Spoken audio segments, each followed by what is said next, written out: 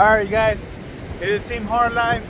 Robert's not with us right now. He's gonna be showing up a little bit later, but this is Team Hard Life. I got Roger, Robert, myself, Carl Moon right here behind me. We're setting up to fish the Sharkathon tournament as of today. So we're getting all ready up. Robert about to start as a yakking one out. There go the kayak there. He's about to start launching.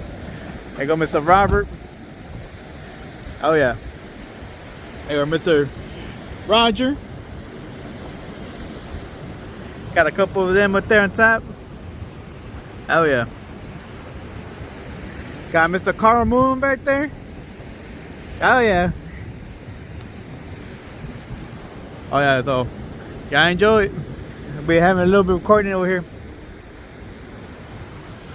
Show y'all what we got. Alright.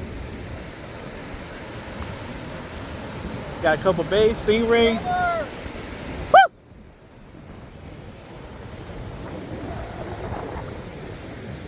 Jack. More stingray, another jack over there. Got Robert right here. He's already about to go out. Yeah, I know. So right now, I'm gonna have y'all looking at us, how we doing this.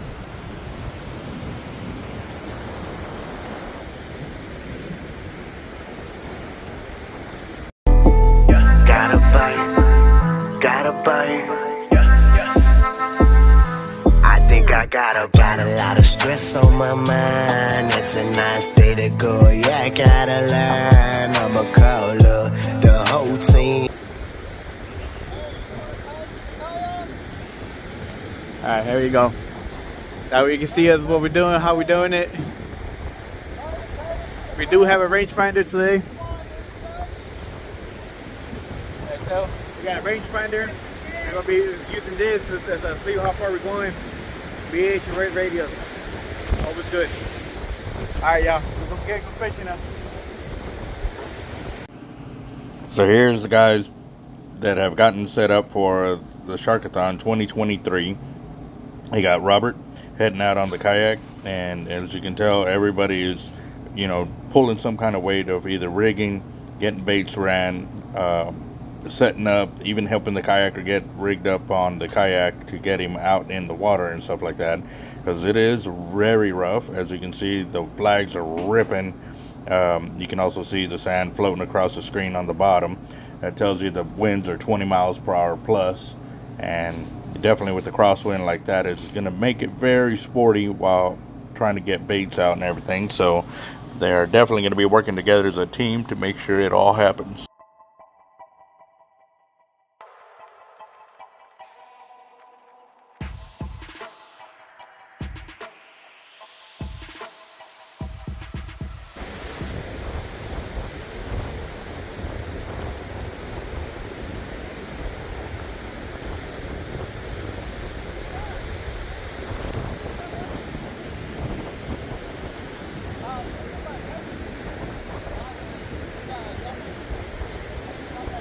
One of the biggest things that they did hit on earlier, you know, being with the rangefinder, is to also help them gauge how far out the kayaker is. But also too, when people are kayaking out there, guys, you do everything you can to keep them within sight. Obviously the guys have been out there at times with me when I have put baits out super far and they lose sight of me at that point. When that happens, you need to learn to time it so you can understand how far out he's gone and how long it should take him to get back. And granted, he is out there on his own, you know, vices and stuff like that, so if he flips or whatever, he needs to ensure he can get back in the kayak. So before you even attempt to go out and yak baits, guys, you need to practice with your kayaks, flipping over, getting out of it, trying to get back in, flipping it upright, and just so you can build up your muscles, because when you start trying to get into kayak from water level, it's a whole different ball game as compared to when you have it at, you know, your knees or whatever, and you can step in it or sit right into the kayak. This is something else that you gotta practice, guys. It is very important to know your limits and to be able to stay within those limits when you are attempting to kayak or wanting to kayak shark bait. I highly recommend when you do try kayaking bait that you try it without any lines in the water, or on the kayak, so you can build up your ability to know what the kayak can do and what you can do with that specific kayak as well. So there they go. They're going to be putting it together.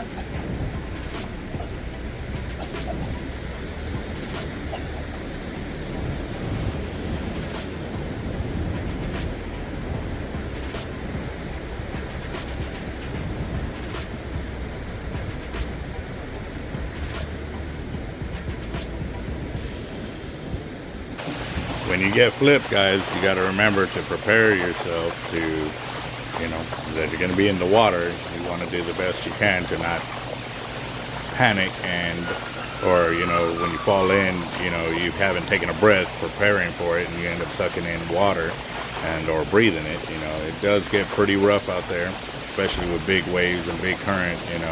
It is tough on the body and on the mind, guys. You got to remember to stay focused and keep your wits about you, and always wear your life vest, guys, because there's times where you can get flipped out of your kayak and you can be knocked unconscious, and depending on which vest you choose, you want to ensure that they will float you upright so that way you land face up and you can keep breathing, because if you're unconscious, guys, you will keep breathing even if you're face down, and that means you'll be sucking in water and you can drown.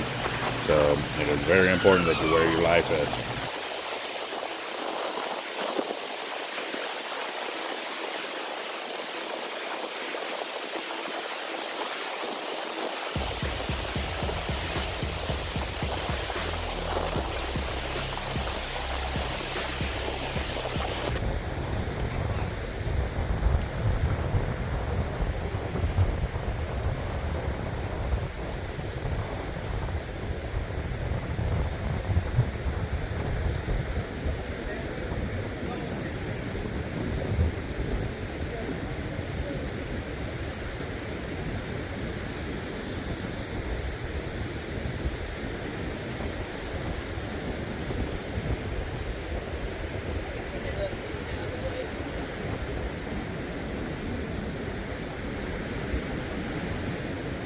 No, sir, it's right.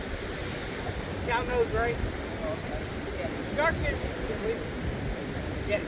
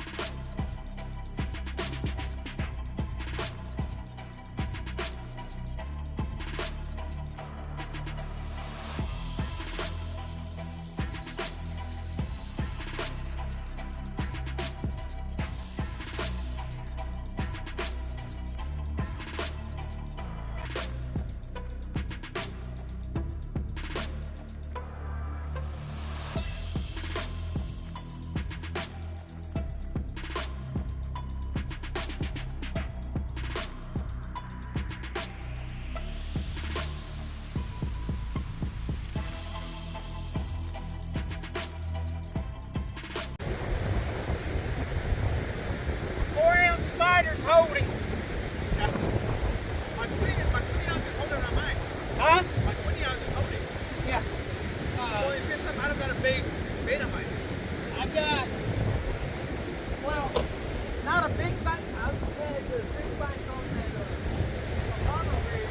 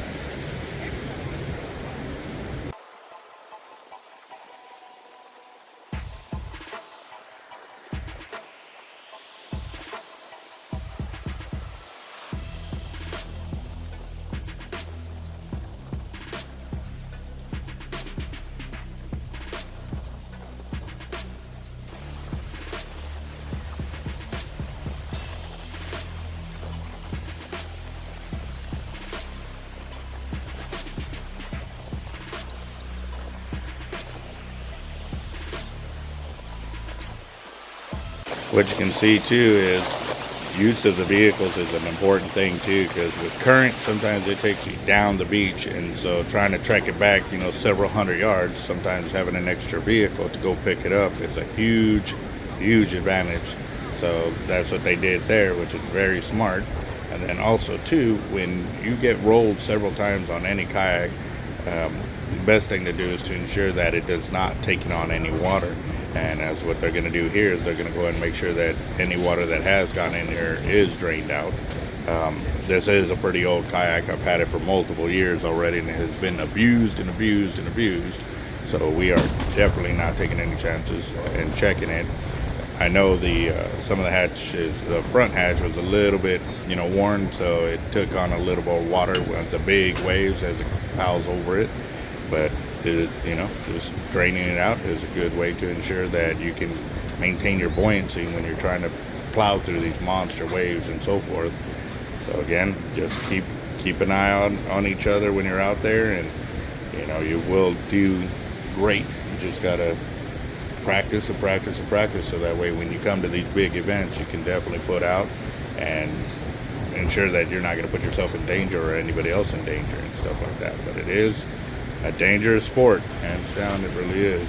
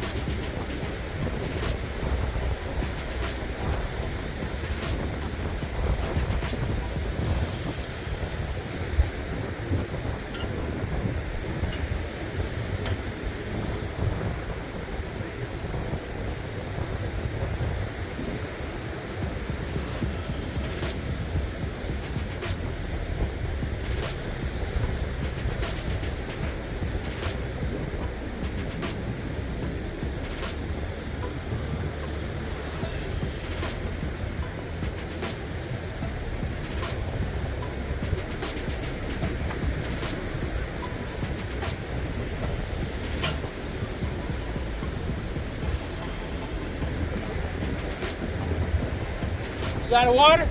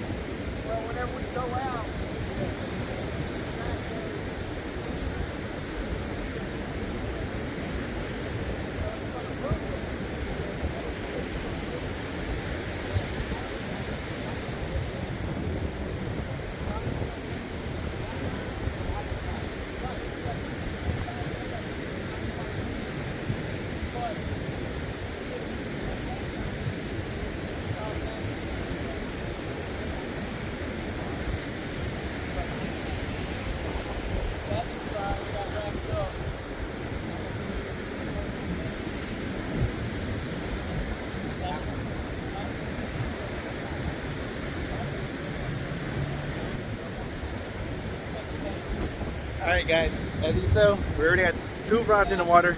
It is rough. Robert is having a hard time. It is getting coming back in, as you can tell. Now it don't look too bad, but it is bad. Currents are ripping to the right. Just right now, Mr. John Darnell back there, he came in with his family. Good thing for him, he actually found a lady that had a stingray on her line, and she didn't want it, so John actually ended up getting it. So now we got fresh southern stingray, so we could be using it. All right guys, well, until next time, we'll see if we can get that hook up and we'll bring it in.